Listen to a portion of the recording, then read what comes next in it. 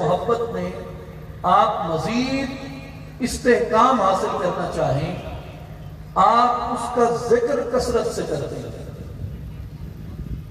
جس کا جتنا ذکر کیا جائے اس کی اتنی محبت دل میں فروغ پاتی ہے، اور جس کی جتنی محبت دل کے اندر جاگزین ہو جائے، زبان اور دل اور دماغ اتنی کثرت سے اس کا ذکر کرنے لگتے ہیں،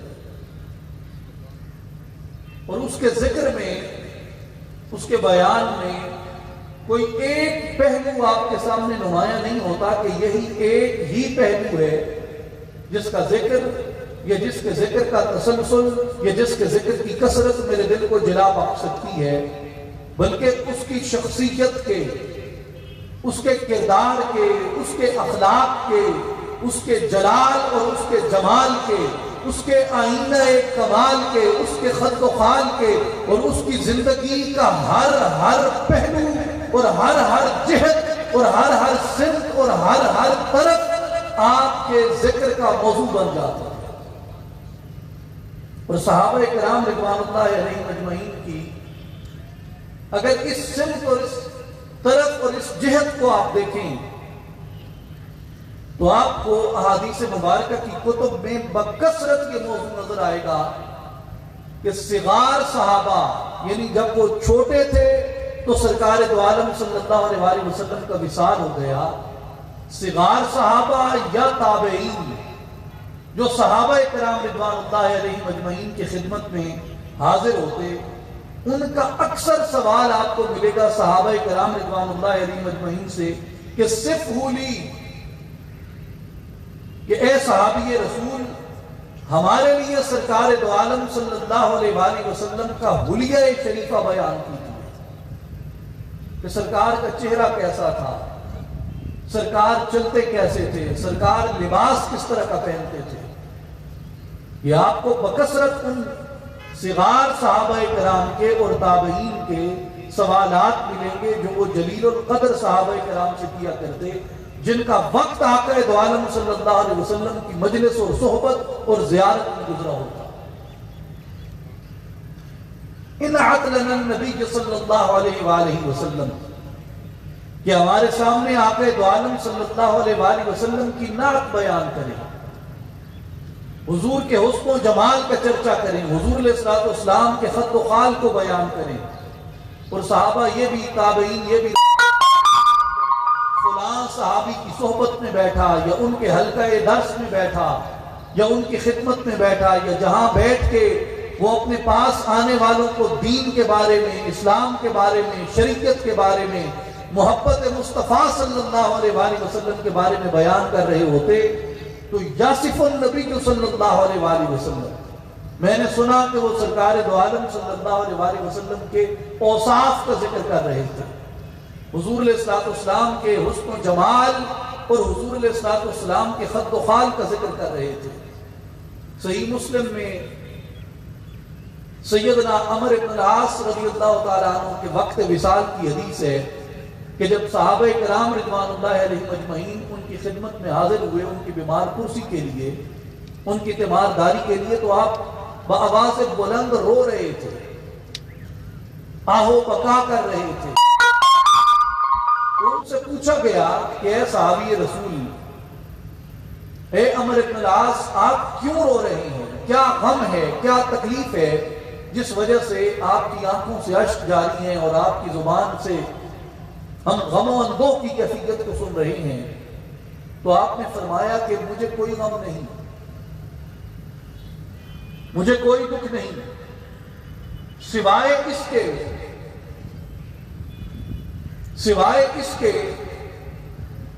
کہ میں نے گو کے صلی اللہ علیہ وسلم کی صحبت و خدمت میں گزاری، گو کہ میں نے حضور کو چلتے پھرتے اٹھتے بیٹھتے سوتے جاگتے دیکھا، حضور کو منبر پہ خطبہ دیتے دیکھا، مصلی پہ امامت کرتے دیکھا، امت کے لیے دعائیں کرتے دیکھا، گھوڑے کی پشت پہ جہاد کرتے ہوئے دیکھا، حضور علیہ السلام کو میں نے اونٹنی پہ بیٹھے ہوئے دیکھا، پیدل چلتے ہوئے دیکھا، اپنے صحابہ کے جھرمٹ میں دیکھا، حضور کو میں نے خلوت میں دیکھا، حضور کو میں نے جلوت میں دیکھا۔ سارے پہلوؤں میں حضور کے ساتھ ساتھ تھا، لیکن حضور علیہ السلام کی جلالت شان اور حضور علیہ السلام کی عظمت کی ہیبت اتنی تھی میرے دل پہ کہ کبھی میری نگاہوں کو یہ ہمت نہیں ہوئی کہ میں جی بھر کے چہرہ مصطفیٰ کی زیارت کر سکتا۔ ہر ادا کو دیکھا مگر آنکھوں میں اتنی تاب نہ تھی کہ کبھی جی بھر کے سرکار کے چہرہ انور کی زیارت کی ہوتی۔ تو کہا اس میں غم و اندو کیا ہے؟ تو آپ نے فرمایا کہ غم و اندو یہ ہے کہ ولو اب لوگ آتے ہیں میرے پاس یہ سمجھ کے کہ یہ جلیل القدر صحابی رسول ہے، وہ لوگ آ کے مجھ سے سوال کرتے ہیں کہ اے عمرو بن العاص، آپ حضور کے اتنے جلیل القدر صحابی ہیں، آپ بتائیں کہ حضور کا چہرہ کیسا تھا، رخسار کیسے تھے، دندان کیسے تھے، لب کیسے تھے، آنکھیں کیسے تھی، ابرو کیسے تھے، پیشانی کیسے تھی، حضور تبسم کیسے فرماتے، حضور مسکراتے ہوئے کیسے لگتے، حضور واس دیتے ہوئے کیسے لگتے؟ آپ نے فرمایا کہ مجھے غم یہ ہے کہ پوری عمر ساتھ بھی گزاری مگر چہرہ دیکھنے کی تاب نہ تھی۔ اب لوگ آ کے پوچھتے ہیں کہ حضور کے اوصاف بیان کرو تو میں حضور کے اوصاف بیان کرنے سے قاصر ہوں۔ یہاں سے آپ کو اس رسم کا، اس رواج کا پتہ ملتا ہے، اس رواج کا سراغ ملتا ہے کہ صحابہ کرام رضوان اللہ علیہم اجمعین اپنی اولاد اور اپنے بچوں کے اور نئے مسلمانوں کے اور بعد میں آنے والے مسلمانوں کے دلوں کے اندر عظمت مصطفیٰ کو سرکار کے حلیے کے بیان سے پیدا کیا جاتا ہے۔ آقا دو عالم صلی اللہ علیہ وسلم کے حسن و جمال کے بیان سے سرکار کی محبت کو فروغ دیا کرتے ہیں۔ اور ائمہ اہل بیت بھی حتیٰ کہ خود آقا دو عالم صلی اللہ علیہ وسلم کے شہزادگان لخت جگر رسول کے لخت جگر سیدنا امام حسن اور سیدنا امام حسین رضی اللہ عنہما، آپ ان صحابہ کرام کی تلاش میں رہا کرتے کہ جو صحابہ آقا دو عالم صلی اللہ علیہ وسلم کے حسن و جمال اور حضور کے حلیے کو بیان کیا کرتے ہیں۔ یہ امت میں جسے رسم و رواج کہا جاتا ہے اور بدقسمتی سے جدید سیرت نگار اس جانب توجہ نہیں دیتے، جس کے باعث امت کے وجود میں ایک خشکی سی پیدا ہو گئی ہے، ذوق میں خشکی پیدا ہو گئی ہے، عقل میں، دماغ میں، وجدان میں، کشش میں سستی پیدا ہو گئی ہے، خشکی پیدا ہو گئی ہے کہ جنگ و جدال کا، غزوات کا، سرایہ کا، معیشت کا، سماجیات مذہب کا ذکر تو کریں گے مگر آقا دو عالم صلی اللہ علیہ وسلم کے حسن و جمال اور آقا دو عالم صلی اللہ علیہ وسلم کے خد و خال اور آقا دو عالم صلی اللہ علیہ وسلم کی شخصی وجاہت کا ذکر اور تذکرہ اس طرح نہیں کرتے جیسا کہ عشاق کی روایت تھی اور عشاق کی یہ رسم تھی۔ جس طرح قبیلوں میں رواج ہوتا ہے، صحابہ کے قبیلے کا یہ رواج تھا، جس طرح برادریوں کا رواج ہوتا ہے، اہل بیت کی برادری کا یہ رواج تھا کہ وہ اپنے پاس آنے والوں کے دلوں کے اندر عظمت مصطفیٰ کو، آقا دو عالم صلی اللہ علیہ وسلم کی شخصیت کی وجاہت اور جلال سے بیان کرتے تھے۔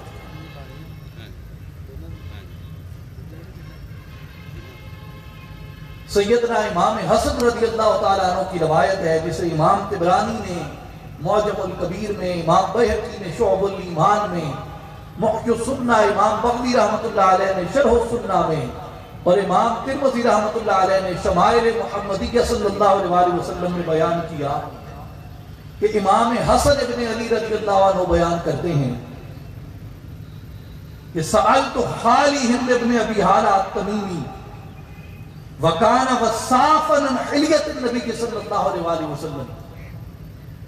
امام حسن بیان کرتے ہیں کہ میں نے اپنے ماموں ہند ابن ابی حالہ التمیمی سے دریافت کیا جو کہ سیدہ ام المؤمنین خدیجہ الکبریٰ رضی اللہ تعالی عنہا کے بیٹے تھے، سرکار دو عالم صلی اللہ علیہ وسلم سے عقد شریف میں آنے سے قبل، اور وہ امام حسن کے ماموں ہوئے. آپ فرماتے ہیں کہ میں نے اپنے ماموں سے پوچھا، اور اس لیے پوچھا کہ میرے ماموں کی شہرت تھی حلقہ اصحاب رسول میں اس بات کے اوپر کہ وہ حضور کے اوصاف اور حضور علیہ السلام کے حسن و جمال کو سب سے بہتر طریقے سے بیان کرتے ہیں.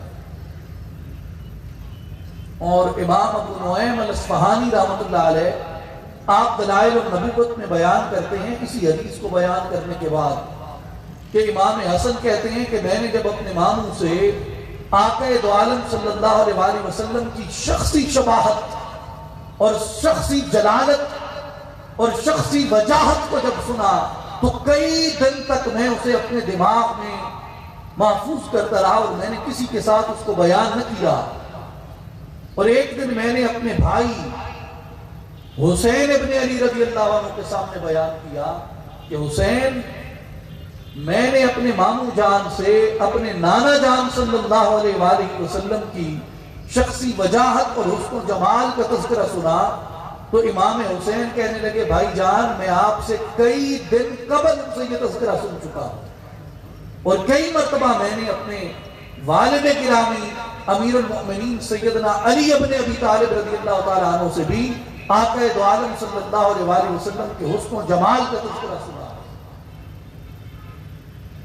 تو جس کا جتنا وصف آپ کے سامنے بیان کیا جاتا ہے، جس کی جتنی توصیف اور جتنی تعریف آپ کے سامنے بیان کی جاتی ہے، اس کی محبت اتنی شدت سے آپ کے وجود میں جاگزین ہوتی جاتی ہے، اتنا کمال آپ کے وجود کے اندر حاصل کرتی جاتی ہے. اور صحابہ جب یہ معلوم کرتے اور جب یہ جانتے بڑے صحابہ کرام سے، جلیل القدر صحابہ سے، کہ ہمارے آقا کے حسن کے برابر کسی کا حسن نہیں تھا، حضور کے جمال کی مثل کسی کا جمال نہ تھا، حضور کی رنگت کی مثل کسی کی رنگت نہ تھی، حضور کی آنکھوں کی مثل کسی کی آنکھیں نہ تھی، حضور کے چلنے کی مثل کسی کا چلنا نہ تھا، حضور کے بیان کی مثل کسی کا بیان نہ تھا. تو کسی حسین کا حسن ان کی آنکھوں کو نہ بہکا سکتا، ان کے کانوں کو نہ بہلا سکتا، ان کی عقول کو نہ بہلا سکتا، اس لیے کہ وہ جمال مصطفیٰ کے اسیر ہو جایا کرتے تھے. اور یہی حسن و جمال ہے، یہی حسن و بیان کہ یہ چرچا ہے جس نے صدیوں تک دیکھے بنا رخ مصطفیٰ کو دیکھا نہیں، رخ مصطفیٰ کی زیارت نہیں کی، مگر صدیوں تک اسی سرکار دو عالم صلی اللہ علیہ وسلم کے حسن کے بیان نے اس امت کو اپنا گرویدہ بنا کے رکھا ہے. اور آج بھی جس مقام پہ سرکار دو عالم صلی اللہ علیہ وسلم کے حسن و جمال کا چرچا بیان کیا جاتا ہے، اور آج بھی وہ گھرانے اور وہ خاندان، وہ لوگ اور وہ برادریاں اور قبیلے جو اپنے بچوں کو عظمت جمال مصطفیٰ کا گرویدہ بنا کے رکھتے ہیں، ان کے بچے دنیا کی کسی جلالت اور کسی عظمت سے کبھی ہیبت زدہ نہیں ہوتے، اس لیے کہ ان کے دل جمال مصطفیٰ کی ہیبت کے اسیر ہوتے ہیں. اور یہی بات ہمارے اسلاف نے، ہمارے بزرگوں نے ہماری تربیت اور ہماری گھٹی کے اندر ڈالی ہے کہ جس کا دل حسن مصطفیٰ کا اسیر ہو گیا، پھر کسی حسین کا حسن اس کو اپنا اسیر نہیں بنا سکتا. لیکن جس کا دل جمال مصطفیٰ کا اسیر نہیں ہوا، حسن مصطفیٰ کا اسیر نہیں ہوا، پھر ہر گزرتا پھرتا حسین اس کے دل پہ اپنی آنکھوں کے ڈورے ڈالتا رہتا ہے اور اس کو نفس و شیطان کا قیدی بناتا رہتا ہے.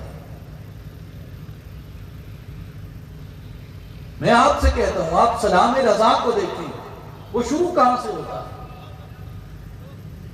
وہ لے کے چلتا کیسے ہے آپ کے؟ سیدی شیخی امام اہل سنت امام احمد رضا خان بریلوی رحمۃ اللہ علیہ کا جو سلام ہے، جسے سرکار نے شہرت دوام عطا کی، قبولیت عام عطا کیا، وہ حضور علیہ الصلوۃ والسلام کے اسی حسن و بیان کے چرچے کے اوپر محیط ہے۔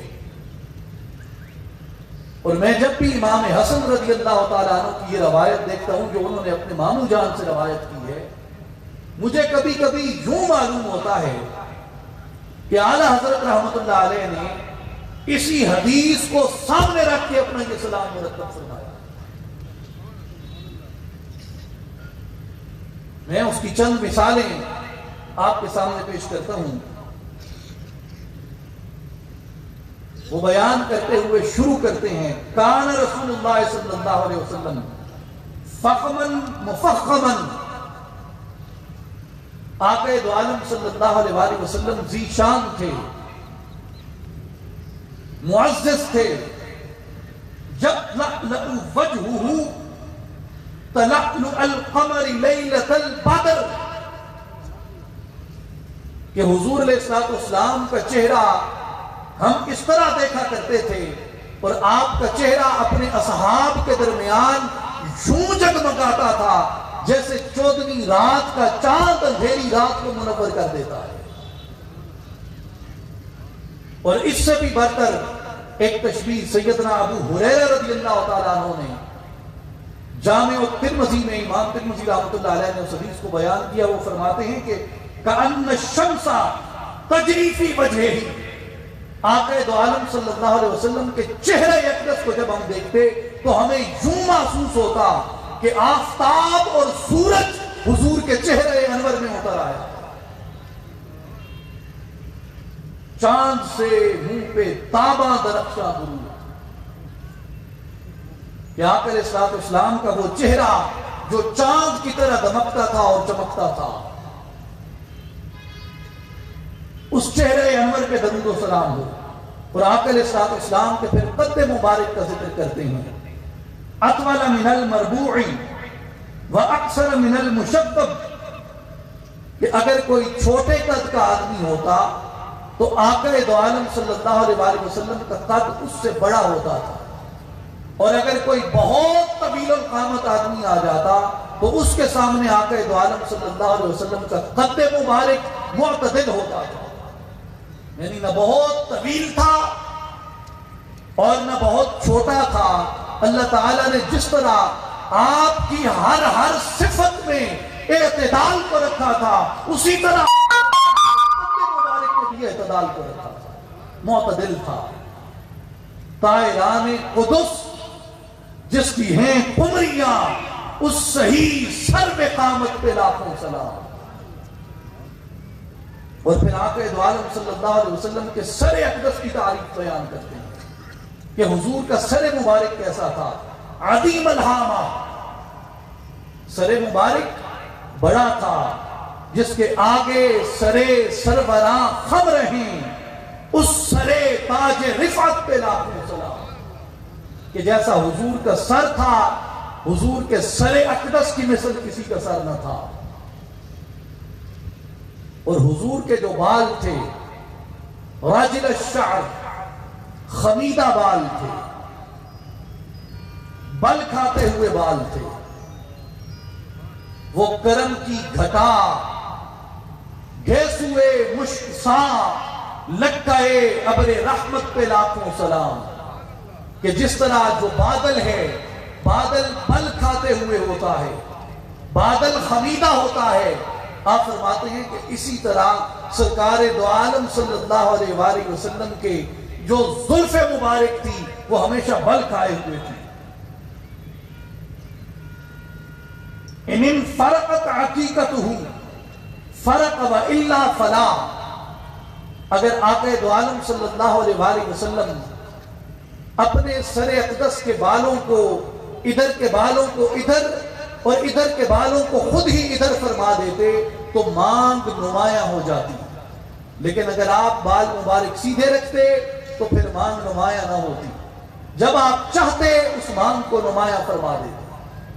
یہ حضور علیہ الصلوۃ والسلام کی زلفوں کا حسن بیان کرتے ہیں، جس پہ اعلیٰ حضرت رحمت اللہ علیہ نے فرمایا کہ لیلۃ القدر میں مطلع الفجر حق، مانگ کی استقامت پہ لاکھوں سلام۔ اور اگر آپ نے سورہ القدر میں جھانک کے دیکھا ہو. اعلی حضرت رحمت اللہ علیہ فرماتے ہیں کہ شعراء اپنے محبوب کی زلفوں کو، اپنے محبوب کے بالوں کو رات کی تاریکی سے تشبیہ دیتے ہیں. آپ کہتے ہیں کہ لوگوں یاد رکھو راتوں کی بھی اقسام ہیں، ہر رات بھی ایک جیسی نہیں ہوتی. کئی راتیں ہیں جن میں مصائب اترتے ہیں، کئی راتیں ہیں جن میں بلائیں اترتی ہیں، کئی راتیں ہیں جن میں آلام اترتے ہیں، کئی راتیں ہیں جن میں کئی اقسام کی مخلوقات اترتی ہیں. لیکن کہتے ہیں کہ جب تم محبوب خدا کی، محبوب کبریا کی زلفوں کا ذکر کرو تو یہ اپنے ذہن میں رکھو کہ حضور کی زلفوں کو عام رات سے تشبیہ نہیں دی جا سکتی. حضور کی زلفیں لیلۃ القدر کی مانند. اور لیلۃ القدر کو پھر وہ تشبیہ دیتے ہیں مطلع الفجر تک. انا انزلناہ فی لیلۃ القدر وما ادراک ما لیلۃ القدر لیلۃ القدر خیر من الف شہر. کیوں کہ تنزل الملائکۃ والروح، کہ جس رات سے میرے محبوب کریم صلی اللہ علیہ وآلہ وسلم کی زلفوں کو تشبیہ دی جاتی ہے، وہ رات عام رات نہیں ہے بلکہ وہ لیلۃ القدر ہے.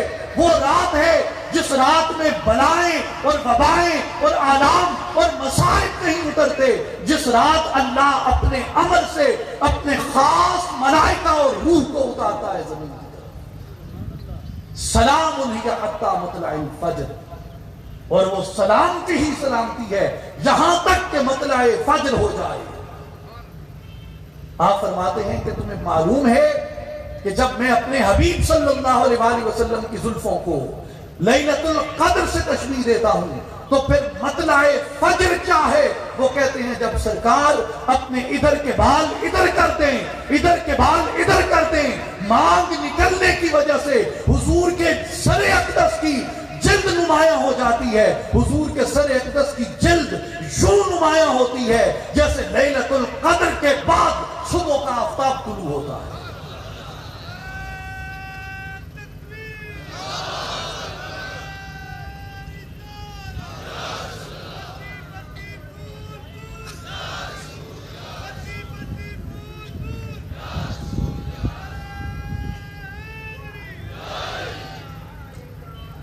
لیلۃ القدر میں مطلع الفجر حق، مانگ کی استقامت پہ لاکھوں سلام. اور پھر یجاوز شعرہ شحمۃ اذنیہ اذا ہوا غفرۃ. جب آقا دو عالم صلی اللہ علیہ وآلہ وسلم اپنے بالوں کو چھوڑ دیتے تو وہ آپ کے کان کی لوح مبارک سے تجاوز کر جاتے. ازہر اللون، حضور کی جو رنگت تھی، ایک ہوتا ہے گندمی رنگ. اب ٹیکنالوجی کا دور ہے، آپ ڈیزائننگ کو بھی جانتے ہیں. تمام لوگ سوشل میڈیا پہ ادھر ادھر بیٹھتے ہیں، اسمارٹ فون استعمال کرتے ہیں. سفیدی رنگ بھی ہو اگر، اس کے بھی کئی اقسام ہیں. میں اذان کے بعد اپنی گفتگو مکمل کرتا ہوں.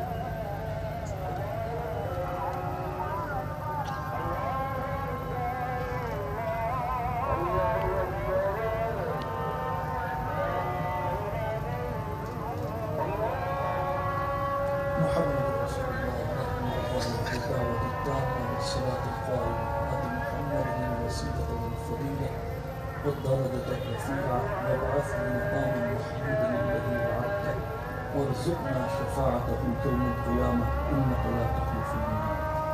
الصلاة والسلام عليك يا رسول الله وعلى آله وصحبه. رنگ کئی قسم کا ہوتا ہے. اب آپ کے موبائل کی سکرین سفید ہے تو اس میں آپ کے پاس آپشن ہوتا ہے کہ آپ اس سفیدی کو برائٹنس میں کم کر دیں یا برائٹنس میں زائد کر دیں. سفیدی وہی رہے گی, اس کی برائٹنس کم یا زیادہ ہو جاتی ہے. گندمی رنگ کا مطلب یہ نہیں ہوتا کہ لازماً اس کے اندر چمک بھی ہو, اس کے اندر برائٹنس بھی ہو, اس کے اندر روشنی بھی ہو, اس کے اندر نور بھی ہو. صحابہ کرام رضوان اللہ علیہ اجمعین جس طرح آقا دو عالم صلی اللہ علیہ وآلہ وسلم کے چہرہ مبارک کی اور آپ کے وجود اقدس کی رنگت اظہر اللون کہ آپ کا جو رنگ تھا وہ چمکتا تھا, چمکدار تھا, جس سے تاریک دل جگمگانے لگے. اس چمک والی رنگت پہ لاکھوں سلام. واسع الجبین, اور جو حضور کی پیشانی تھی, جو حضور کی پیشانی تھی, جو جبین مبارک تھی, اللہ تعالیٰ نے اس جبین کو وسعت عطا فرمائی تھی. قرآن حضرت فرماتے ہیں کہ جس کے ماتھے شفاعت کا صحرا رہا, اس جبین سعادت پہ لاکھوں سلام. کہ وہ جبین عام جبین نہیں تھی, وہ ماتھا عام ماتھا نہیں تھا, بلکہ اللہ تبارک و تعالیٰ نے جب اس نوشہ شب اسرا کے دولہا کو جب تیار کیا, نوشہ بزم جنت کو جب تیار کیا, تو سرکار دو عالم صلی اللہ علیہ وآلہ وسلم کی اس جبین سعادت کے اوپر, حضور کی پیشانی مقدس کے اوپر شفاعت کا صحرا باندھا گیا. جس کے ماتھے شفاعت کا صحرا رہا, اس چمک والی اس جبین سعادت پہ لاکھوں سلام. ازج الحواجبی سوابغ فی غیر قرن, آپ صلی اللہ علیہ وآلہ وسلم کے جو ابرو مبارک تھے وہ باریک تھے اور ان میں کشادگی تھی, اور وہ آپس میں ملے ہوئے نہیں تھے بلکہ ان میں آپس میں فاصلہ تھا, اور یوں تھے جس طریقے سے کمان ہوتی ہے جس کے سجدے کو محراب کعبہ جھکی, ان بھووں کی لطافت پہ لاکھوں سلام. اور پھر فرماتے ہیں بینہما عرق یدرہ ادب, کہ سرکار دو عالم صلی اللہ علیہ وآلہ وسلم کی پیشانی مبارکہ میں ایک رگ تھی. جب آپ عالم جلال میں ہوتے, جب آپ جلال فرماتے, اس جلالت کے وقت اور اس عالم جلال کے اندر ہی فقط وہ رگ نمایاں ہوا کرتی تھی. اب آپ کو اگر کسی سے محبت ہو, اس وقت آپ کو اس کے جلال اور اس کے جمال کی کیفیت کا اندازہ ہوتا ہے اور آپ ان میں فرق کر سکتے ہیں. صحابہ کرام رضوان اللہ علیہم اجمعین آقا دو عالم صلی اللہ علیہ وآلہ وسلم کے چہرہ اقدس کی کیفیات کے اس قدر شناسا تھے کہ حضور جمال میں ہو تو رنگت کیسی ہوتی ہے, حضور جلال میں ہو تو رنگت کیسی ہوتی ہے. اور اگر سرکار جلال فرمائیں, کسی پہ سختی فرمائیں, یا کسی بات کو سرکار دو عالم صلی اللہ علیہ وآلہ وسلم ناپسند فرماتے تھے, تو اس وقت آپ کے چہرے انور کے اوپر, آپ کی پیشانی میں وہ رگ نمایاں ہوتی تھی, جسے اعلیٰ حضرت رحمت اللہ علیہ فرماتے ہیں کہ اس رگے ہاشمیت پہ لاکھوں سلام. چشمہ مہر میں موج نور جمال. چشمہ مہر کسے کہتے ہیں؟ مہر سورج کو کہتے ہیں. چشمہ مہر اس مقام کو کہتے ہیں جہاں سے سورج طلوع ہوتا ہے. گویا سرکار کی پیشانی وہ مقام ہے جہاں سے دنیا کو تابانی اور نور نصیب ہوتا ہے. چشمہ مہر میں موج نور جلال, اس رگے ہاشمیت پہ لاکھوں سلام. اور پھر فرماتے ہیں اقن العرنین ارنین لہو نور یعلوہ یحسبہ من یتعملہ اشما. فرماتے ہیں کہ آقا دو عالم صلی اللہ علیہ وآلہ وسلم کا جو ناک مبارک تھا وہ بلندی مائل نہایت خوبصورت اور روشن تھا، اور اگر کوئی اسے غور سے نہ دیکھتا تو اس کو بلند بینی کا اس کے اوپر امکان جاتا تھا. اور پھر چہرہ مبارک کو ڈیفائن کرتے ہیں کہ جو ریش مبارک تھی، جو سرکار دو عالم صلی اللہ علیہ وآلہ وسلم کی داڑھی مبارک تھی، کف اللحیہ تھی، داڑھی گھنی تھی، جسے اعلیٰ حضرت رحمت اللہ علیہ فرماتے ہیں کہ ریش خوش معتدل، ریش خوش معتدل، مرہم ریش دل. کہ دل جتنا زخمی ہوتا، دل جتنا اداس ہوتا، دل جتنا ٹوٹا ہوا ہوتا، دل میں جتنے آبلے، جتنے چھالے، جتنے زخم، جتنی جرہیں پڑی ہوتی، جب سرکار کی ریش مبارک کی زیارت کی جاتی دل کی مرہم ہو جاتی. سہل الخدین، رخسار مبارک نرم تھے اور ہموار تھے. دلیع الفم، دہن مبارک کشادہ تھا، اور دہن مبارک کے کمالات کے اوپر دہن مبارک جو سرکار دو عالم صلی اللہ علیہ وآلہ وسلم کا دہن ہے، فقط اگر سرکار کے دہن کی فضیلت بیان کی جائے، سرکار کے دہن کو ہی لے لیا جائے، تو شاید اسی ایک دہن کی فضیلت کے لیے آپ کو ہزاروں نشستیں درکار ہیں کہ سرکار کا دہن ڈیفائن کیا جائے کہ وہ دہن مصطفیٰ کس طرح کا دہن تھا. اس کا ایک وصف اعلیٰ حضرت رحمت اللہ علیہ بیان کرتے ہیں کہ وہ دہن جس کی ہر بات وحی خدا، اس دہن کے اسرار میں، اس دہن کے اوصاف میں، اس دہن کے رموز میں، اس دہن کی پاکی میں، اس دہن کی تنویر میں، اس دہن کی توصیف میں، اس دہن کی تعریف میں ایک پہلی اور بنیادی بات اتنی سی کافی ہے کہ اس دہن اقدس سے وحی خدا کے علاوہ کچھ برآمد ہی نہیں ہوا. وَمَا يَنْطِقُ عَنِ الْهَوَىٰ إِنْ هُوَ إِلَّا وَحْيٌ يُوحَىٰ. کہ میرا محبوب نطق ہی نہیں فرماتا، کلام ہی نہیں کرتا جب تک کہ ہماری وحی نازل نہ ہو جائے. اس دہن کا کمال ہے اشنب مفرج الاسنان، دانت مبارک چمکدار تھے اور ان دانتوں میں قدر کشادگی تھی. کان عنقہ جید دمیت فی صفاء الفدۃ. آقا مبارک صلی اللہ علیہ وآلہ وسلم کی گردن مبارک نہایت خوبصورت تھی، اتنی خوبصورت تھی کہ اسے دیکھ کے یوں لگتا تھا کہ جس طرح یہ چاندی کی سراہی بنائی گئی ہے.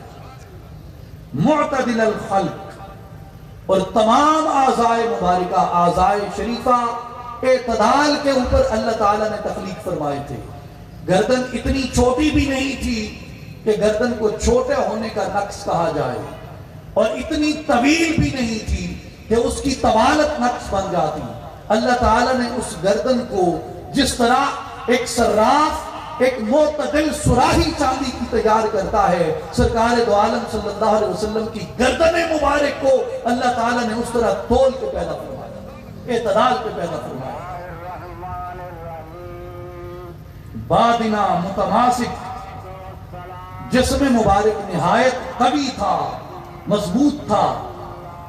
سوا البطن والصدر، اور جو سینہ تھا وہ پیٹ کے برابر تھا.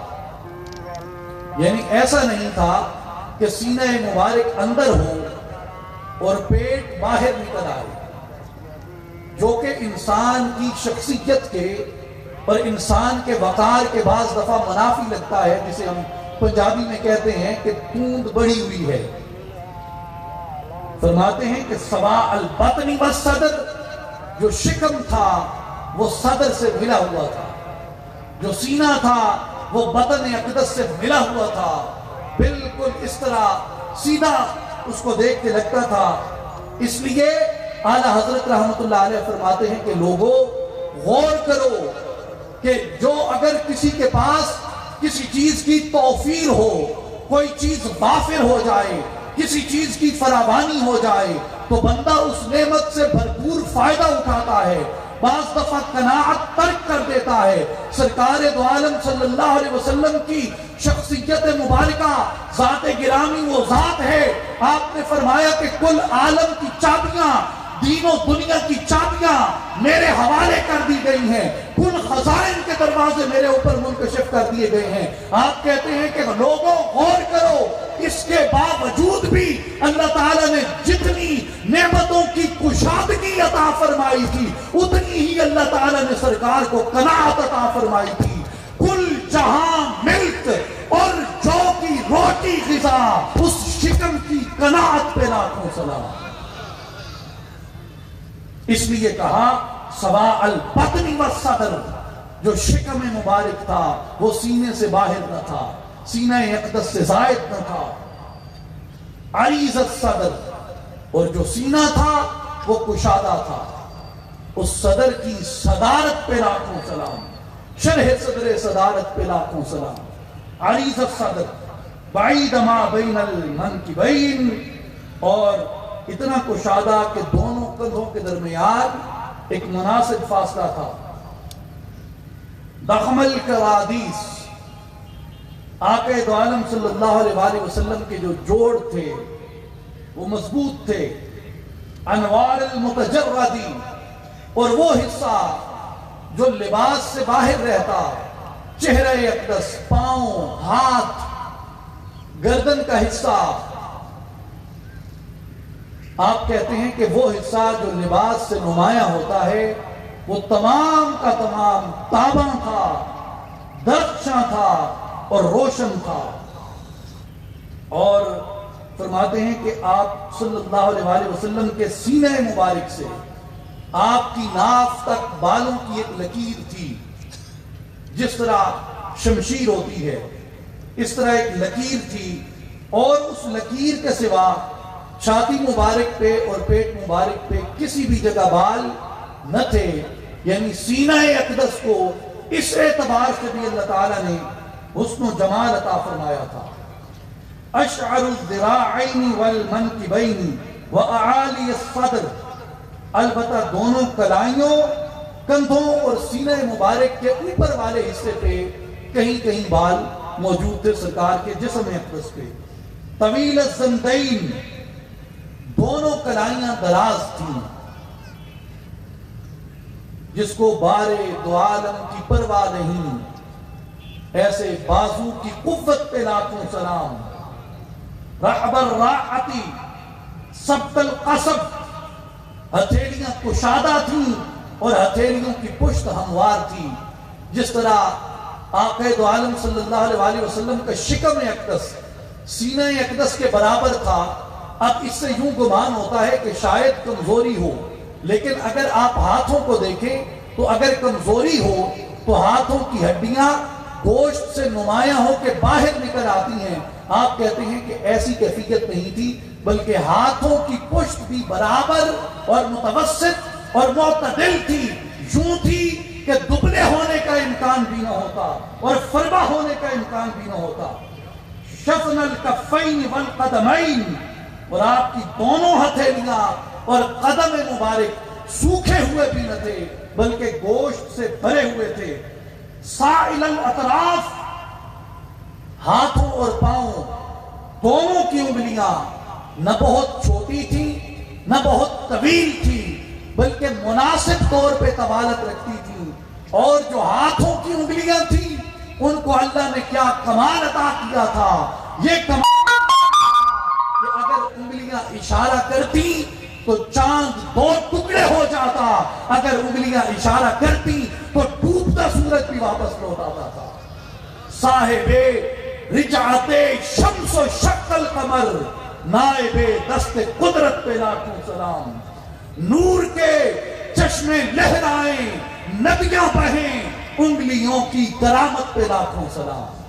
اللہ تعالیٰ نے وہ انگلیاں ایسی پیدا فرمائی تھیں کہ حسن مالا مال کر دیا اور حسن باطن سے بھی مالا مال کر دیا.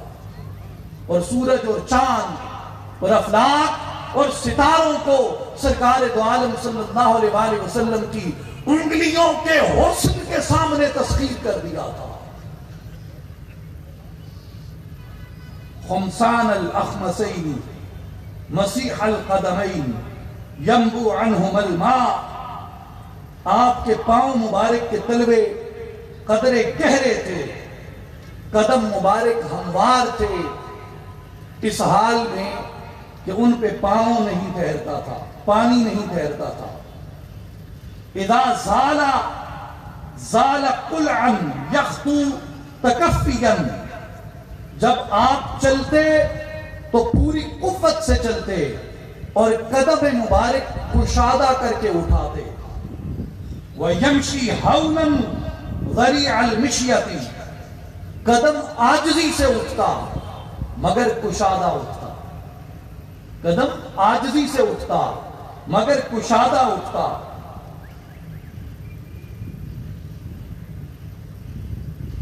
اذا مشی کانما ینحت من سبب.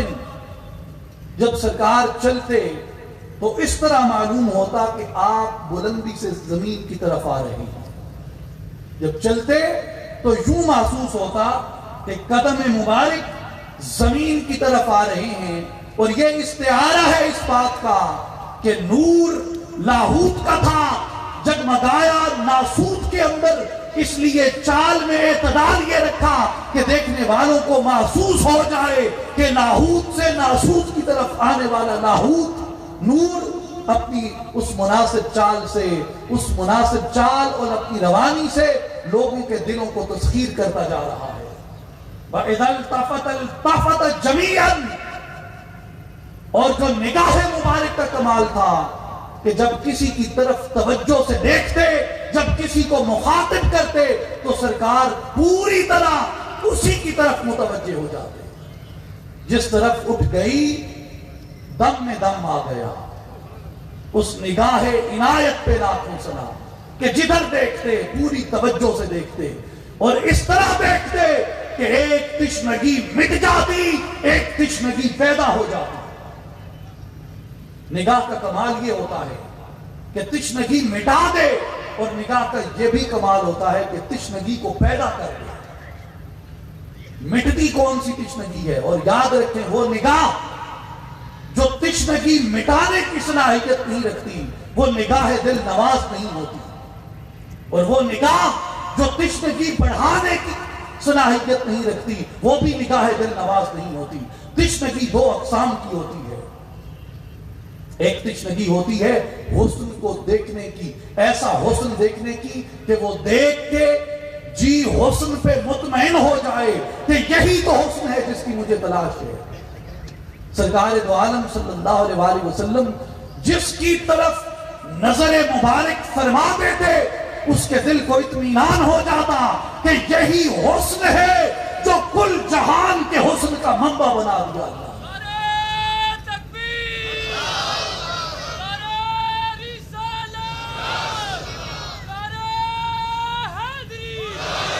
اور جو تشنگی بڑھ جاتی ہے وہ تشنگی اس وقت بڑھتی ہے کہ اس حسن کو دیکھ کے دل اپنے قابو میں نہیں رہتا.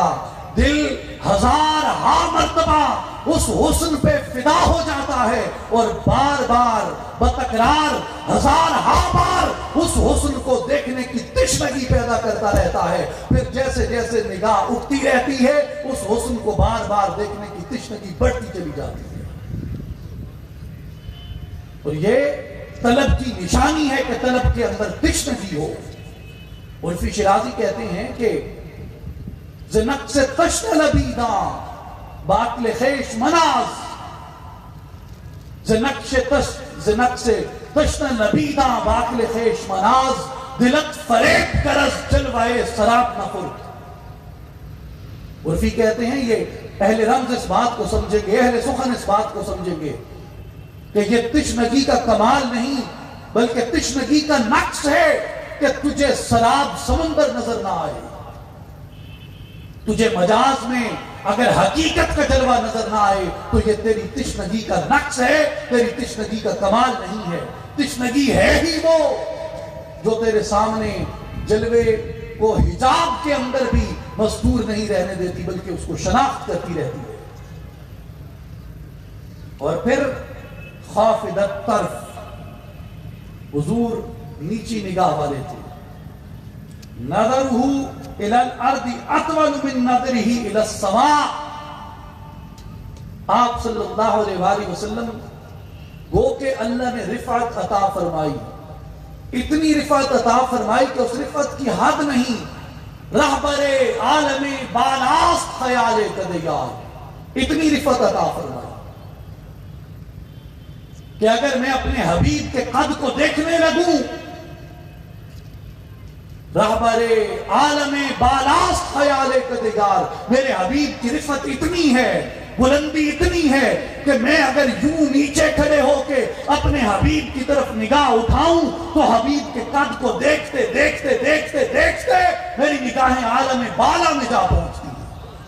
اتنی رفعت عطا کی ہے اللہ نے۔ اس رفعت کے باوجود جو توجہ ہے، جب وہ چلتے ہیں تو اونچا دیکھ کے نہیں چلتے، بلکہ عاجزی کو اختیار کرتے ہوئے زمین کی طرف دیکھ کے چلتے ہیں۔ نیچی آنکھوں کے شرم و حیا پہ درود، اونچی بینی کی رفعت پہ لاکھوں سلام۔ جل نظرہ الملاحظۃ، حضور علیہ السلام کی نگاہ مبارک فرمانے کا انداز پر وقار ہوتا تھا۔ یسوق اصحابہ، آپ اپنے صحابہ کرام رضوان اللہ علیہم اجمعین سے آگے چلتے۔ یقدر من لقی بالسلام، جو آپ سے ملتا آپ سلام فرمانے میں پہل فرماتے ہمیشہ۔ یہ سرکار دو عالم صلی اللہ علیہ وآلہ وسلم کا وہ حلیہ شریفہ ہے جو ایک حدیث میں روایت ہوا، جس کی میں نے عرض کی کہ امام حسن رضی اللہ تعالیٰ عنہ کی کہنے پہ، آپ کے استفسار پہ آپ کے ماموں جان نے یہ حلیہ شریفہ آپ کے سامنے بیان کیا۔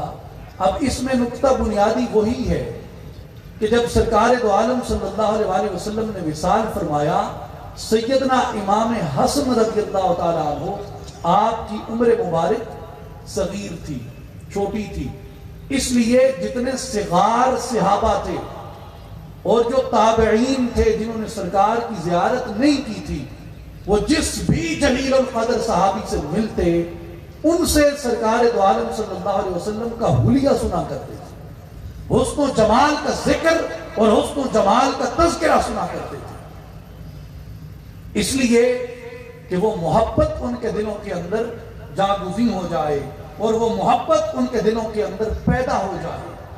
اور یہ جو ہمارے ہاں عموماً آپ دیکھتے ہیں محافل ذکر مصطفیٰ ہوتی ہیں، اس پہ ہر ایک کی اپنی رائے ہے، ہر ایک کی اپنی مرضی ہے، جو کچھ کہنا چاہتا ہے کہتا پھرے، مگر عشاق اس رسم کو اس لیے زندہ رکھتے ہیں، ثناخوانی مصطفیٰ میں حضور کے حسن کا، حضور کے جمال کا تذکرہ اس لیے کرتے ہیں کیونکہ یہ صحابہ کی سنت تھی، اور نہ صرف سنت تھی بلکہ صحابہ کے نزدیک بیان حسن مصطفیٰ، یاد رکھیں بیان حسن مصطفیٰ ان کے نزدیک نئے یا عمر میں کم مسلمانوں کی تربیت کا انسٹیٹیوشن تھا، جہاں محبت مصطفیٰ اور ذکر جمال مصطفیٰ کے ذریعے ان کے دلوں سے اغیار کی ہر محبت کو ظاہر کر دیا جاتا تھا۔ حسن مصطفیٰ کا ذکر اور جمال مصطفیٰ صلی اللہ علیہ وآلہ وسلم کا ذکر ان کے نزدیک اس تربیتی ادارے کی حیثیت رکھتا تھا، انسٹیٹیوشن کی حیثیت رکھتا تھا۔ اس لیے ثناخوانی مصطفیٰ صلی اللہ علیہ وآلہ وسلم نے حضور کے حسن و جمال کا بیان، یہ سنت صحابہ ہے، یہ صحابہ کا رواج تھا، یہ صحابہ کی رسم تھی، یہ صحابہ کا طریق تھا، یہ صحابہ کرام رضوان اللہ علیہم اجمعین نے اس ادارے کو خود قائم کیا مسلمانوں کی تربیت کے لیے، اس لیے کہ وہ جمال مصطفیٰ کی شمع کے اسیر ہو جائے، اس پہ پروانہ وار منڈلانے لگے۔ اور جب تک دل اس کاسمیٹیکل بیوٹی سے متاثر ہوتا رہے، اٹریکٹ ہوتا رہے، اس کا مطلب یہی ہے کہ حسن مصطفیٰ ابھی دل میں اترا نہیں ہے مسلمان۔ حسن دنیا میں ایک حسن ہے، اور وہ حسن اصلی ہے، اور اس حسن اصلی کا اگر اس کائنات کے اندر کوئی کامل ترین اظہار ہے عشاق کے نزدیک تو وہ روح مصطفیٰ۔ اس لیے حضور علیہ السلام کی ثنا کرنا، حضور کی مدح بیان کرنا، حضور کی مدحت بیان کرنا، یہ طریقے صحابہ ہے، اور مسلمان کے دل کے اندر آقا دو عالم صلی اللہ علیہ وسلم کی محبت کو پختہ سے پختہ تر کرنے کا ایک ذریعہ ہے۔ امام طبرانی رحمۃ اللہ علیہ نے معجم الکبیر میں، امام حاکم نیسابوری رحمۃ اللہ علیہ نے مستدرک علی الصحیحین کے اندر خریم ابن اوس بن حارثہ بن لام سے روایت کی کہ رسول پاک صلی اللہ علیہ وسلم جب آپ غزوہ تبوک سے واپس آئے تو اس وقت میں نے حضور کی بارگاہ میں حاضر ہو کے اسلام قبول کیا تھا، اور میں نے آقا دو عالم صلی اللہ علیہ وسلم کے عم حضور کے چچا سیدنا عباس بن عبد المطلب رضی اللہ عنہ کو یہ کہتے ہوئے سنا کہ انی اريد ان امتدحک یا رسول اللہ صلی اللہ علیہ وسلم، میں آپ کی مدحت بیان کرنا چاہتا ہوں، میں آپ کی مدح سرائی کرنا چاہتا ہوں۔ آقا علیہ السلام نے فرمایا قل، کہو آپ کیا کہتے ہیں؟ اور پھر آپ نے جب یہ اجازت دی تو اجازت سے پہلے حضور نے دعا بھی دی۔ حضور نے فرمایا کہ لا یفدفد اللہ فاکا، کہ اے میرے چچا خدا تمہارے منہ کو کبھی خالی نہ کرے۔ وہ منہ جو مدحت مصطفیٰ بیان کرتا ہے، وہ منہ جو سرکار دو عالم صلی اللہ علیہ وسلم کی تعریف اور توصیف بیان کرتا ہے، وہ منہ کبھی بھی خوشبو قرب الہی سے خالی نہیں ہوتا، وہ منہ کبھی بھی انوار الہیہ اور برکات وجود مصطفیٰ کے فیض سے کبھی خالی نہیں ہوتا۔ مسک و عنبر سے بھی خوبصورت خوشبو اس کے منہ سے جاری ہو جاتی ہے جو سرکار کی مدح سرائی کرتا ہے۔ اور جو انہوں نے اشعار کہے، تنقل من صالب الى رحم اذا مضى عالم بدا طبق حتى احتوى بيتك المهيمن من خندق علياء تحتها النطق وانت لما ولدت اشرقت الارض وضاءت بنورك الافق۔ وہ کہتے ہیں کہ یا رسول اللہ صلی اللہ علیہ وسلم، آپ پاک پشتوں سے پاک رحموں کے اندر منتقل ہیں۔ یہ کس کے الفاظ ہیں؟ عباس بن عبد المطلب کے، جو سرکار دو عالم صلی اللہ علیہ وسلم کے چچا ہیں۔ امام طبرانی نے، امام حاکم نے اسے روایت کیا، حافظ عبد البر نے اور بعد کے کئی محدثین نے اس کو اپنی اپنی کتب سیرت میں اس کو بیان کیا، سرکار کے فضائل میں اس کو بیان کیا کہ حضور علیہ السلام کا جو نور مبارک تھا وہ پاک صلبوں سے، پاک پشتوں سے، پاک رحموں کے اندر منتقل ہو کے آیا ہے، اور زمانہ گزرتا رہا، صدیاں بیت گئیں،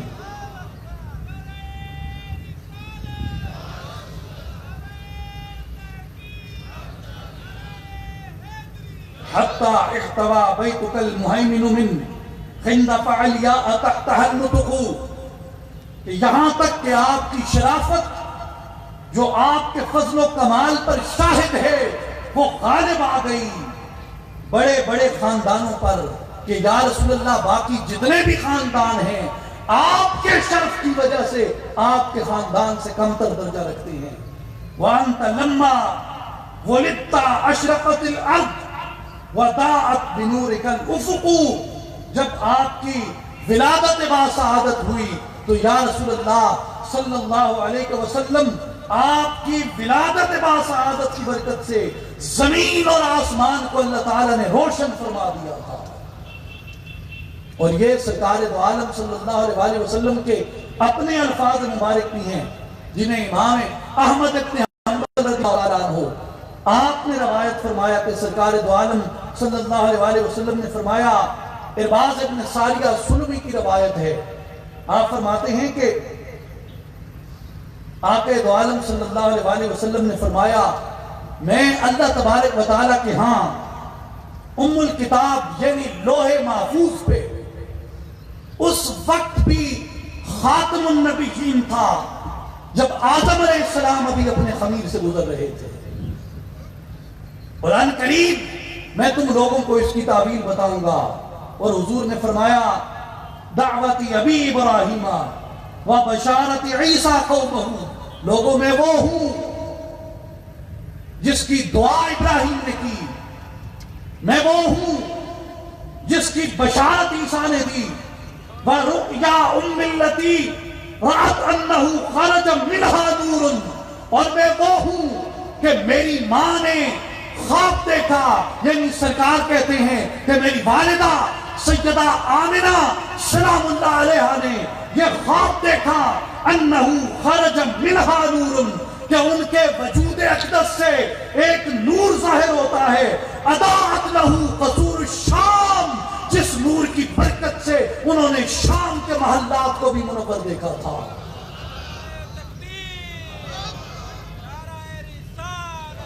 یہ کس نے خواب بیان کیا؟ سرکار دو عالم صلی اللہ علیہ وسلم نے. امام احمد ابن حنبل نے ارباز ابن ساریہ سے اس کو روایت کیا. اور سرکار کس کا کہتے ہیں؟ اپنی والدہ ماجدہ سیدہ آمنہ سلام اللہ علیہ کا، کہ ان کا یہ خواب ہے. اور اس خواب کی توثیق اور تصدیق کون کرتا ہے؟ عباس ابن عبد المطلب کرتے ہیں جو سرکار کے چچا ہیں. نتیجہ کیا نکلتا ہے؟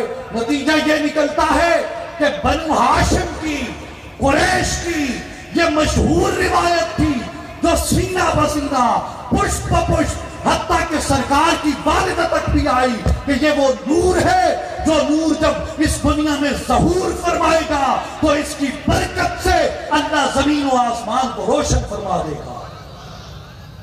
امام دارمی نے بھی اس کو روایت کیا.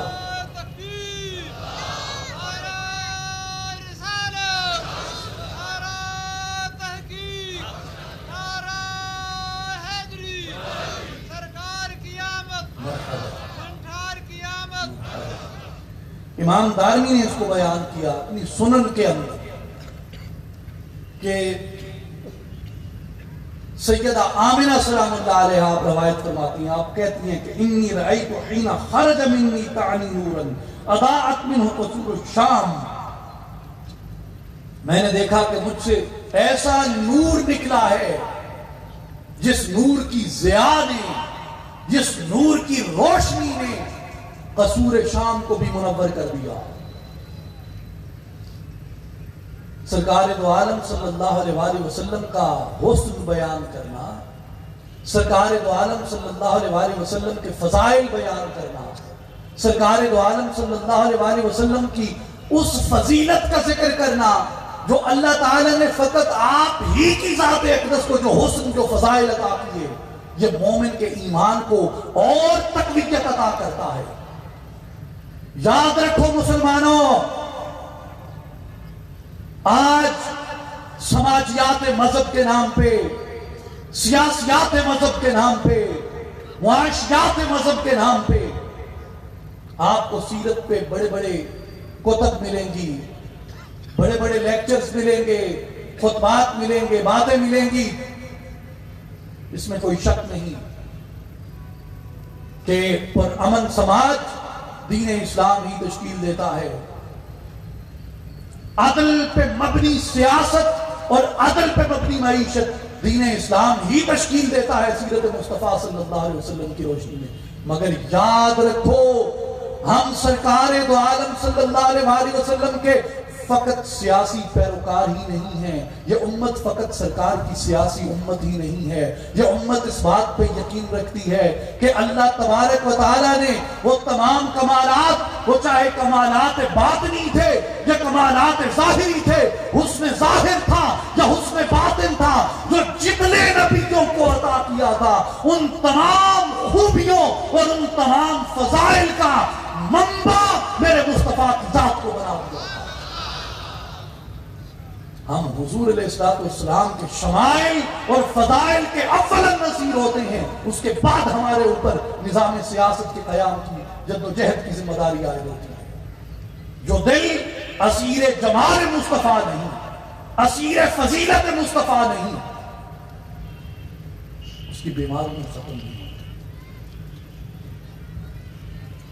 اس لیے محض خصائل مصطفیٰ صلی اللہ علیہ وسلم کو سامنے رکھ کے اپنے لیے، اپنے نقطہ نظر اور اپنے طبقہ فکر کے لیے اقتدار کی راہ ہموار کرنا سیرت نبی سے محبت نہیں۔ سیرت نبی سے محبت یہ ہے کہ خصائل کے ساتھ ساتھ حضور کے فضائل کا چرچا بھی کیا جائے، حضور کے شمائل کا چرچا بھی کیا جائے۔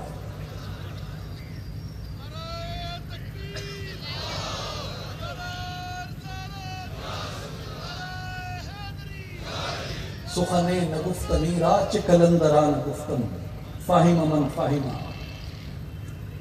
ام المؤمنین سیدہ عائشہ صدیقہ رضی اللہ تعالی عنہا آپ سرکار دو عالم صلی اللہ علیہ وسلم کا فرمان ذیشان نقل کرتی ہیں کہ سرکار دو عالم صلی اللہ علیہ وسلم نے فرمایا قلبتو، کہ مجھے جبریل نے اپنا مشاہدہ بیان کیا۔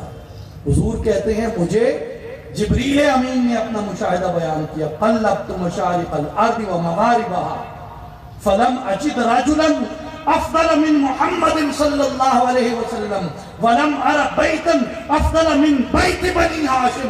سرکار کہتے ہیں کہ مجھے جبریل امین نے آ کے اپنا مشاہدہ کہا، یا رسول اللہ صلی اللہ علیہ وسلم، میں نے کائنات کے مشارق اور کائنات کے مغارب کو چھان ڈالا ہے، مگر مجھے بنو ہاشم کے گھرانے سے کوئی گھرانہ افضل نظر نہیں آیا، اور محمد عربی سے برتر کوئی انسان نظر نہیں آیا۔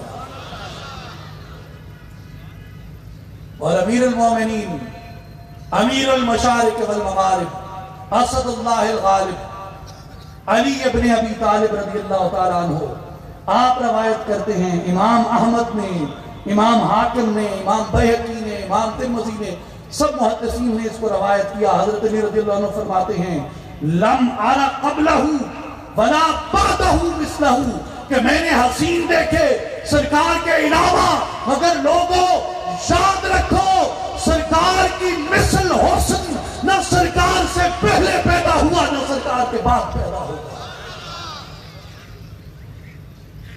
لم ارى قبلہ ولا بعدہ مثلہ، کہ آقا دو عالم صلی اللہ علیہ وسلم کی مثل کسی کا حسن نہ سرکار دو عالم صلی اللہ علیہ وسلم سے پہلے پیدا ہوا نہ سرکار کے بعد پیدا ہوا۔ اور یہ وہ فضائل ہیں جنہیں صحابہ کرام رضوان اللہ علیہم اجمعین سرکار دو عالم صلی اللہ علیہ وسلم کے حسن اخلاق، حسن کردار کے ساتھ ساتھ حضور کے حسن فضیلت اور حسن وجود کے ساتھ ملا کے بیان کرتے ہیں کہ اللہ نے حضور کو محض خصائل میں فضیلت نہیں دی، حضور کو شمائل میں بھی فضیلت دی، فضائل میں بھی فضیلت عطا کی، اور یہ حضور کے وجود کا اعجاز تھا، حضور کے وجود کا اعجاز تھا، جسم اطہر کا اعجاز تھا، جسم اقدس کی طیبت تھی، جسم اقدس کی نزہت تھی، جسم اقدس کی ندرت تھی، جسم اقدس کی پاکی تھی، جسم اقدس کا کمال اور جسم اقدس کا جمال تھا۔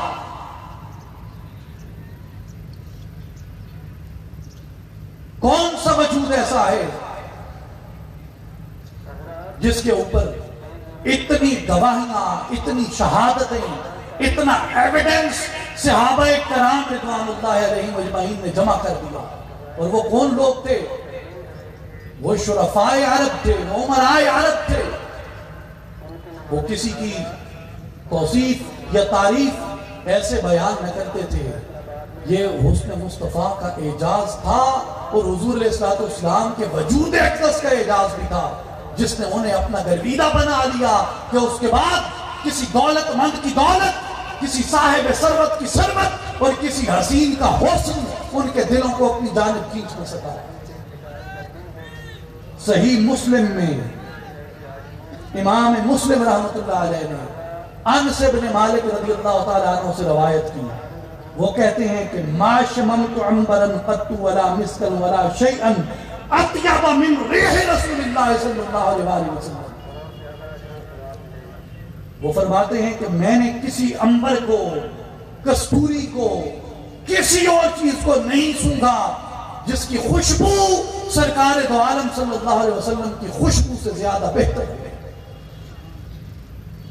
کل خوشبوئیں آپ نے اگر دنیا میں کوئی حسین سے حسین، کوئی اعلیٰ سے اعلیٰ خوشبو سونگی، کوئی لطیف سے لطیف خوشبو سونگی ہے، اس کا تصور کریں۔ اور انس بن مالک رضی اللہ تعالیٰ عنہ فرماتے ہیں آج بھی خوشبو میں عربوں کے ذوق کی مثل کسی کا ذوق نہیں ہے۔ دنیا میں آپ چلے جائیں، جو عرب مسک کو انفرادیت آج بھی حاصل ہے وہ کسی اور مسک کو نہیں، عود کو۔ اور عود اس وقت دنیا کی بیسٹ سیلر فریگرنس کہا جاتا ہے، اور عود کا اوریجن عرب ہے۔ بیسٹ سیلر فریگرنس پروڈکٹ عود ہے اور اس کا اوریجن عرب ہے۔ آج بھی جو عرب ہیں خوشبو میں ان کا ثانی نہیں، اور اس وقت کے عرب کی حضرت انس بن مالک فرماتے ہیں کہ میں نے کئی کستوریاں اور عنبر اور خوشبوئیں سونگی، مگر جو خوشبو سرکار دو عالم صلی اللہ علیہ وسلم کے وجود اقدس کی تھی وہ خوشبو کسی جگہ میں نے نہیں سونگی۔ ولا مسست شیئا قط دیباجا ولا حریرا علیا مسا من رسول اللہ صلی اللہ علیہ وسلم۔ وہ کہتے ہیں کہ نہ میں نے دیباج یا ریشم یا کسی نرم سے نرم چیز کو چھوا جو کہ اتنی نرم و نازک ہو جتنے سرکار دو عالم صلی اللہ علیہ وسلم کا وجود اقدس اللہ نے نرم و نازک پیدا فرمایا۔ یہ سرکار دو عالم صلی اللہ علیہ وسلم کے وجود اقدس کا اعجاز ہے۔ اور صحابہ اگر کوئی حسن بیان کرنا چاہتے تو سرکار کے حسن کی مثال دیتے کہ حضور کے حسن کی مثل کوئی حسن نہیں ہو سکتا۔ مثلا ایک عمومی سی بات تھی، امام بخاری رحمۃ اللہ علیہ نے کتاب اللباس میں حضرت براء ابن عازب رضی اللہ تعالیٰ عنہ کی روایت بیان کی ہے۔ وہ کہتے ہیں کہ وَقَدْ رَأَيْتُهُ فِي حُلَّةٍ حَمْرَاءٍ مَا رَأَيْتُ شَيْئًا أَحْسَنَ مِنْهُ۔ وہ کہتے ہیں کہ میں نے دیکھا سرکار دو عالم صلی اللہ علیہ وسلم نے سرخ رنگ کا جبہ زیب تن فرما رکھا تھا، سرخ رنگ کا حلہ حضور علیہ الصلوۃ والسلام نے پہن رکھا تھا۔ اور میں نے دیکھا، جب میں نے دیکھا تو مجھے یقین ہوا کہ کائنات میں اس سے زیادہ حسن اللہ تعالیٰ نے کسی جگہ نہیں ہو ڈالا جتنا وجود مصطفیٰ کو عطا فرما دیا۔ ساڑھے کو پنجابی روایت بھی ہے، کہاوت بھی ہے، کئی اس تے ڈوڑے تے مائیے بنے ہوئے بھائی اتنے رتے رنگ تے دل اڑکھل ہوتا، تو یہ جو ڈوڑے تے مائیے پڑھن والے جڑے ایسے فاش گو گویے تے شاعر ہیں، انہوں نے میں دعوت دینا کہ آؤ صحابہ دا حسن ذوق بھی دیکھو کہ او سرخی دا رنگ کتھے قبول کرے۔ سرکار نے فرمایا کہ میرے حسن میں دیکھو، اور اللہ تعالی ہمیں وہ آنکھیں نصیب کرے جو حضور علیہ الصلوۃ والسلام کے حسن سراپا کی زیارت کر سکیں۔ اور حضور علیہ الصلوۃ والسلام کی خوشبو کا یہ عالم تھا۔ کئی احادیث ہیں اس پہ، حضرت جابر رضی اللہ عنہ کی روایت سے، دیگر صحابہ کرام کی روایت سے، وہ کہتے ہیں کہ آقا علیہ الصلوۃ والسلام کے وجود اقدس سے خوشبو آتی تھی خاص قسم کی،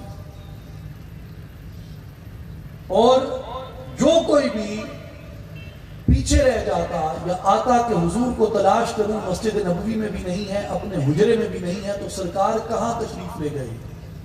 یعنی مسجد نبوی میں بھی نہیں ہے، حجرے میں بھی نہیں ہے، تو مدینہ میں حضور کہاں ہیں؟ حضرت جابر رضی اللہ عنہ فرماتے ہیں کہ صحابہ یہ کرتے تھے کہ راستے پہ چل پڑتے اور جس جس راستے پہ حضور گئے ہوتے اس راستے پہ حضور کی خوشبو موجود ہوتی تھی. یہ رومی نے بھی بیان کیا. رومی کہتے ہیں کہ کمزور شکاری وہ ہے جو اولاً ہرن کے قدموں کو دیکھ کے شکار کرتا ہے، قدموں کی چھاپ، قدموں کا نقش ڈھونڈتا ہے اس کے شکار کے لیے. لیکن پھر ایک حالت یہ آ جاتی ہے کہ وہ شکاری ہرن سے اتنا مانوس ہو جاتا ہے، ہرن کی اتنی اس کو شناخت ہو جاتی ہے کہ بعد ازاں خود نافع آہو رہ برست. اس کے بعد وہ ہرن کے نافع کی خوشبو کے اوپر ہرن کو تلاش کرتا ہے، اور یہ شکاری کے فن کا کمال ہوتا ہے. اور صحابہ کرام رضوان اللہ علیہم اجمعین یہ کہتے ہیں کہ اللہ تعالیٰ نے حضور کے وجود کو یہ خوشبو اور یہ برکت عطا کی تھی کہ جہاں سے سرکار گزر جاتے ایک طویل وقت تک وہ گلیاں مہکتی رہتی حضور کی خوشبو سے. اور اسی طرح سرکار دو عالم صلی اللہ علیہ وسلم نے اپنی ایک غلام کو اپنے وجود اقدس سے پسینہ اتار کے ایک شیشی میں بند کر کے دے دیا. پسینہ اتار کے ایک شیشی میں بند کر کے دے دیا اور فرمایا کہ اسے رکھو اپنے پاس. وہ لے گئے اور حضرت ابو ہریرہ رضی اللہ تعالیٰ عنہ آپ فرماتے ہیں کہ جب کبھی وہ خاتون وہ خوشبو لگایا کرتی جو ان کی شیشی میں سرکار دو عالم صلی اللہ علیہ وسلم کا پسینہ تھا، آپ فرماتے ہیں کہ پورا شہر مدینہ اس خوشبو سے مہک اٹھتا تھا. پورا شہر مدینہ اس خوشبو سے مہک اٹھتا تھا. فَسُمُّوا بَيْتَ الْمُطَيَّبِينَ، اور جس گھر میں وہ شیشی تھی اس گھر کو اہل مدینہ خوشبوؤں کا گھر کہتے تھے. بیت المطیبین، اس گھر کو خوشبوؤں کا گھر کہتے تھے، جس گھر کے اندر سرکار دو عالم صلی اللہ علیہ وسلم کا وہ پسینہ اقدس موجود ہوتا تھا.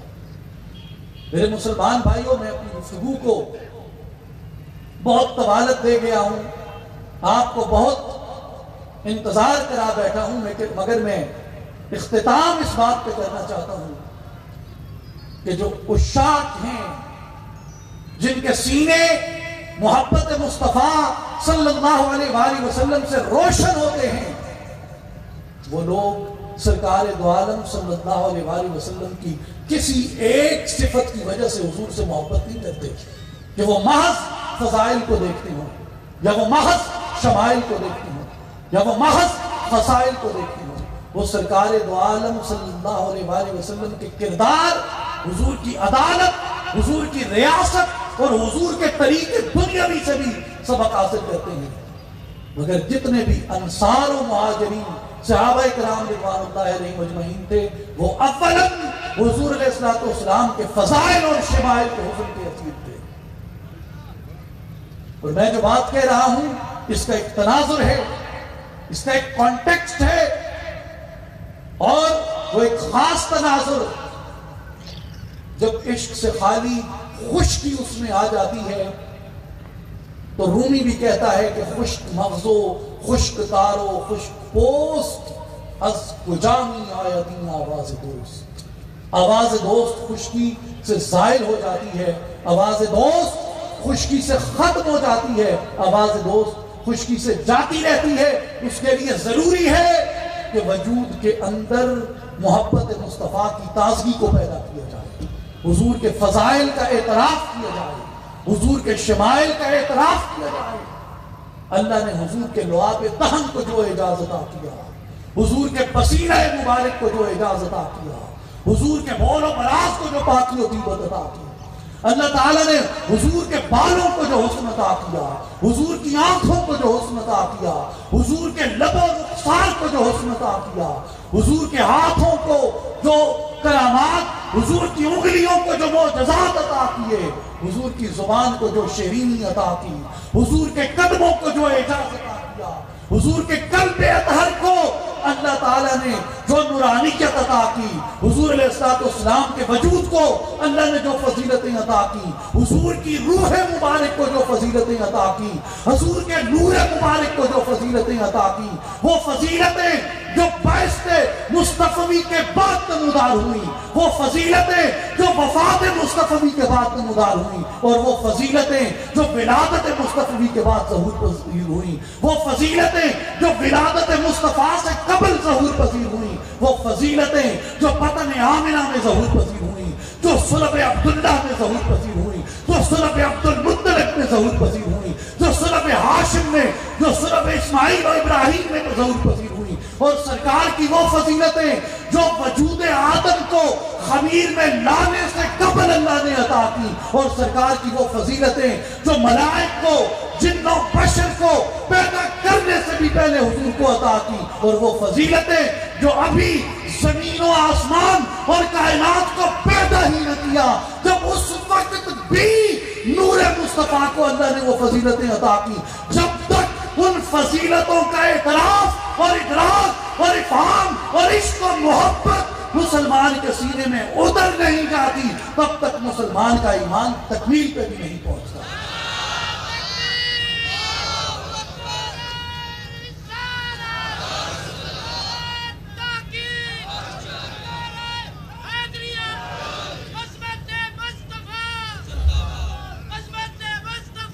سرکار کو قبول کرو تو سرکار کی کل عظمتوں کے ساتھ قبول کرو، سرکار سے عشق کرو تو سرکار کے کل فضائل کے ساتھ سرکار سے عشق کرو، خشکی کو نکالو وجود سے، تازگی کو پیدا کرو، ہریالی کو پیدا کرو، ویرانی اور بنجر زمینیں اچھی نہیں ہوتی۔ یہ پیغام ہے اصلاحی جماعت کا اور عالمی تنظیم العارفین کی، یہی دعوت ہے کہ آؤ اور اپنے دلوں کو عشق مصطفیٰ صلی اللہ علیہ وآلہ وسلم سے منور کرو اور معطر کرو۔ اور میں تمام اپنے نوجوان ساتھیوں کو یہ دعوت عرض کرنا چاہوں گا کہ آپ آئیں اس جماعت میں، اس تحریک میں شامل ہو کے اس کے شانہ بشانہ اس پیغام محبت مصطفیٰ کو عام کریں، اس پیغام عشق مصطفیٰ کو عام کریں۔ اس لیے یہ امت کی اس ڈوبتی ہوئی کشتی کو بوسیلہ عشق مصطفیٰ ہم اس گرداب سے نکال کے لے آئیں۔ اسی لیے اقبال رحمۃ اللہ علیہ یہ دعوت دیتے ہیں اور یہ بتاتے ہیں اور یہ ہمارے اوپر واضح کرتے ہیں کہ سرکار دو عالم صلی اللہ علیہ وآلہ وسلم کو پہچاننا ہے تو قرآن سے پہچانو۔ مدعا پیدا نگر دد زید و بیت، تا نبینی از مقام ما رویت۔ لو بھی تو قلم بھی تو، تیرا وجود الکتاب۔ گنبد آبگین رنگ، تیرے محیط میں حباب۔ شوکت سنجر و سلیم، تیرے جلال کی نمود۔ فقر جنید و با یزید، تیرا جمال بے نقاب۔ تیری نگاہ ناز سے دونوں مراد پا گئے، عقل غیاب و جستجو، عشق حضور و اضطراب۔ یا رسول اللہ صلی اللہ علیہ وسلم، شوق تیرا اگر نہ ہو، عشق تیرا اگر نہ ہو، وفا تیری اگر نہ ہو، میری نماز کی امام، میرے قیام بھی حجاب، میرے سجود بھی حجاب۔ وہ دانائے سبل، ختم الرسل، مولائے کل، جس نے غبار راہ کو بخشا۔ فروغ وادی سینہ، نگاہ عشق و مستی میں، وہی اول وہی آخر، وہی قرآن، وہی فرقان، وہی یاسین، وہی طٰہٰ۔ بے بسم اللہ اسم اللہ دا، اے بھی گہنا بھالا ہوں۔ نال شفاعت سرور عالم، چکسی عالم سارا ہوں۔ حدوں بے حد درود نبی تے، جس دا عیب پسارا ہوں۔ میں قربان تنہا کی باہو، جنا ملیا نبی سہارا ہوں۔ قوت عشق سے ہر پست کو بالا کر دے، دہر میں اس میں محمد سے اجالا کر دے۔ کی محمد سے وفا تو نے، تو ہم تیرے ہیں، یہ جہاں چیز ہے کیا لوح و قلم تیرے ہیں۔ محمد کی محبت ہے سند آزاد ہونے کی، خدا کے دامن توحید میں آباد ہونے کی۔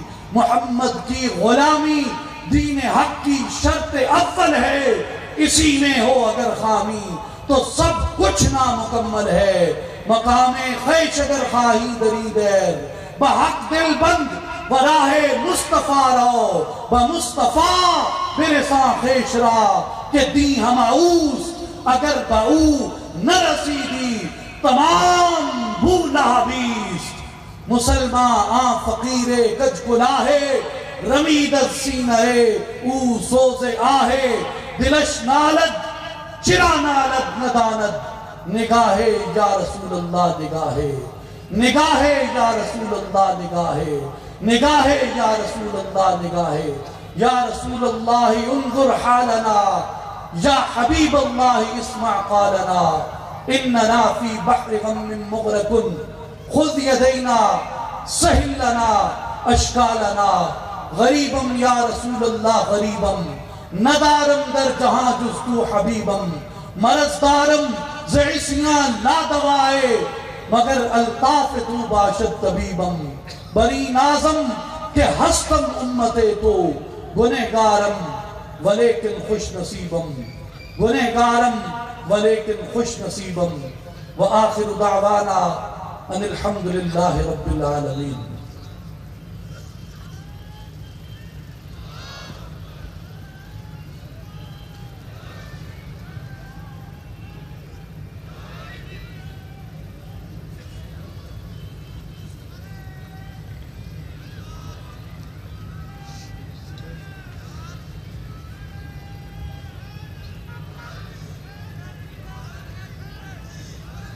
حضرات